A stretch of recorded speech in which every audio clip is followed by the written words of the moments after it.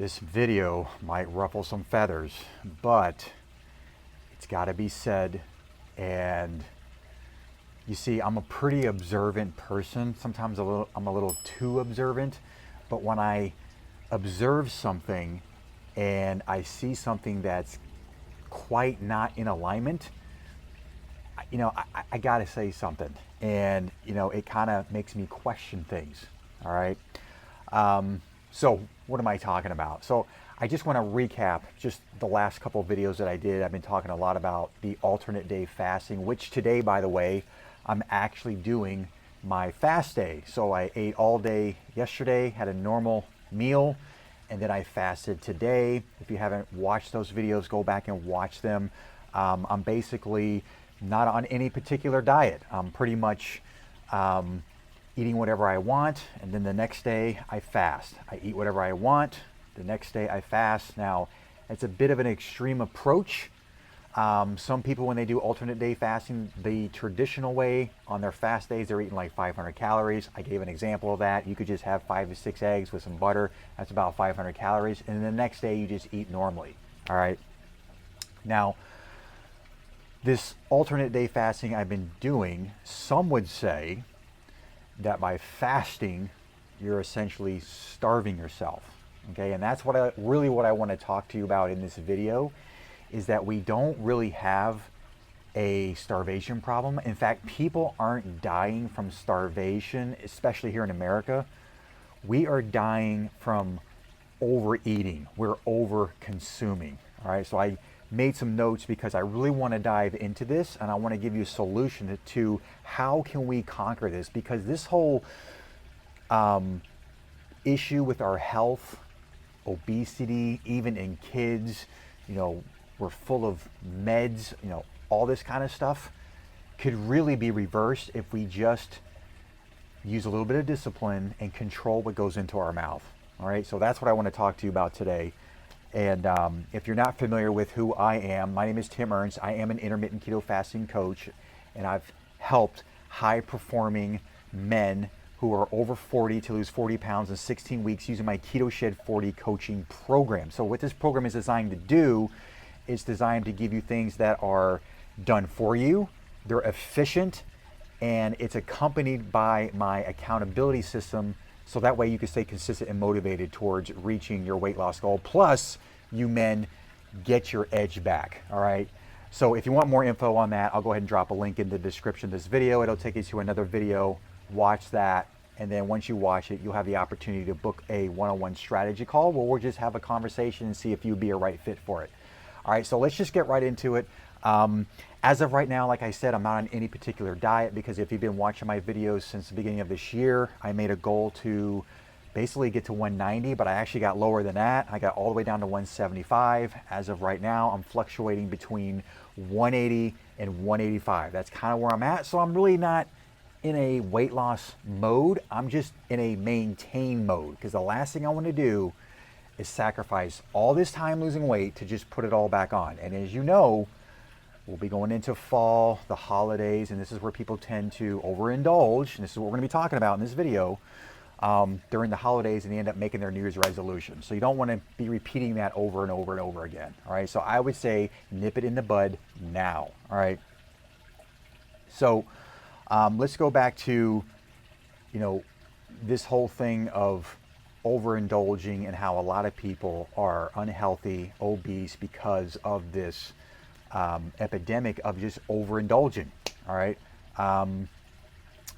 So in my notes here, I just wrote that we are simply lacking discipline and giving into our flesh. So what do I mean by flesh? Well, this stuff here, like we're giving into our passions, our lusts, our desires. All right.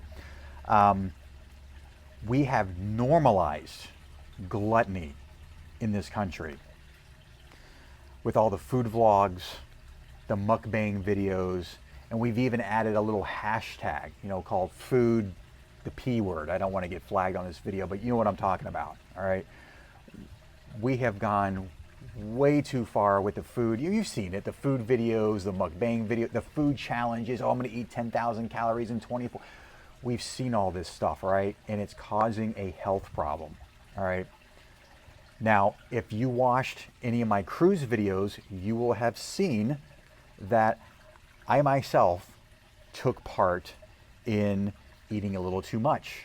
And if you watch those videos, I gained 25 pounds in 7 days and couldn't believe it. Most people gain maybe 9, 10 pounds on the cruise. I gained 25 pounds. And the whole time I'm on the cruise, I'm just watching everybody, right? They're just piling up their plates. And I was a part of it. And I'm thinking, this is total gluttony.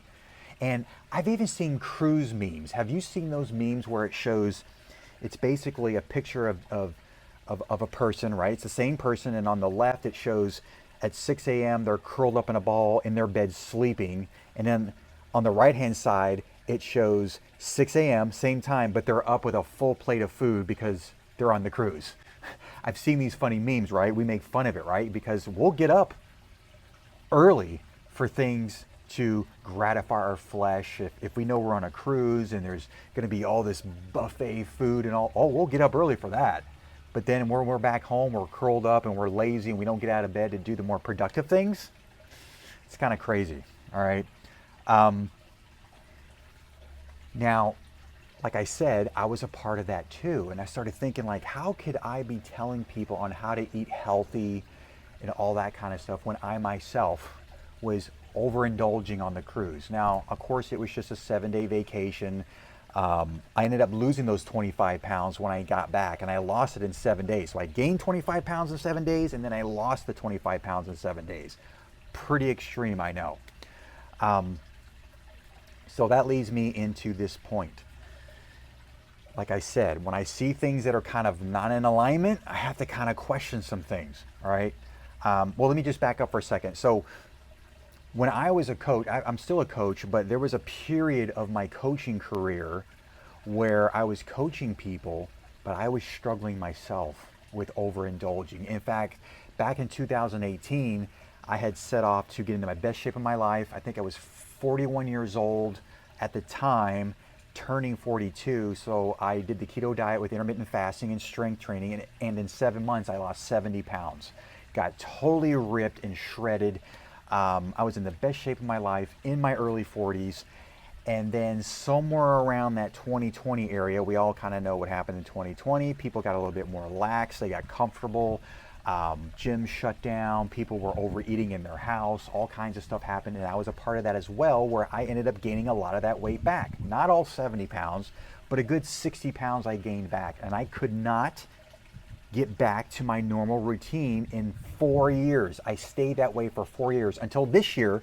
If you've been watching my videos, I decided to lose the weight and I lost over 50 pounds this year. All right, so I just want to put that out there. I'm just as guilty as everyone else.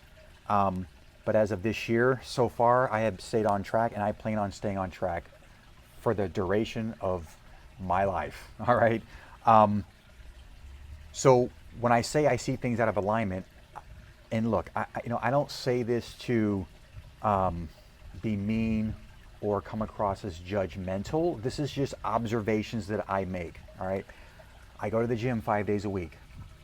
I have seen boot camp trainers training a group of people who are overweight. And I'm thinking this person has no control over what they're putting in their mouth. All right.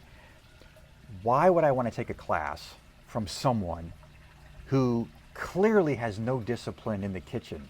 They may be able to go work out and do all these kind of things, but you know it and I know it, you can't out-train a bad diet.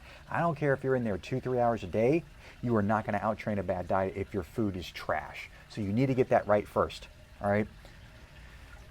The other thing, like I said in the beginning of this video, I know this is going to ruffle some feathers, is church people, man. Church people know how to eat. When you have these like potluck, type of dinners and lunches, you have these different events at churches. What type of food do you typically see there? It's all the junk, the processed stuff. And some of these people are not healthy, okay? And I'll even go a step further than that. I've seen some overweight pastors, and I'm talking to you too, and I kind of wonder, like, how in the world can you be someone of faith and in that position when you have no discipline or control over what goes into your mouth? And that kind of leads me into a verse that I read. Now, let me just be clear. I do not like to take scripture and take it out of context and make it fit like some agenda that I have, or try to make it a part of, a story. But, Jesus did speak in parables. So the only way I could really talk about this verse is I'm going to be relating it to just discipline, but also denying ourselves, denying our flesh, crucifying our flesh so that we can live a healthier life. So 1 Corinthians 9:27. Now this kind of goes back to, you really need to practice what you preach. All right, so here's what it says in 1 Corinthians 9:27. But I discipline my body and keep it under control, lest after preaching to others, I myself should be disqualified. You understand that? Paul understood that I can't be preaching the gospel and here I am giving into lust, passions, all those kind of things.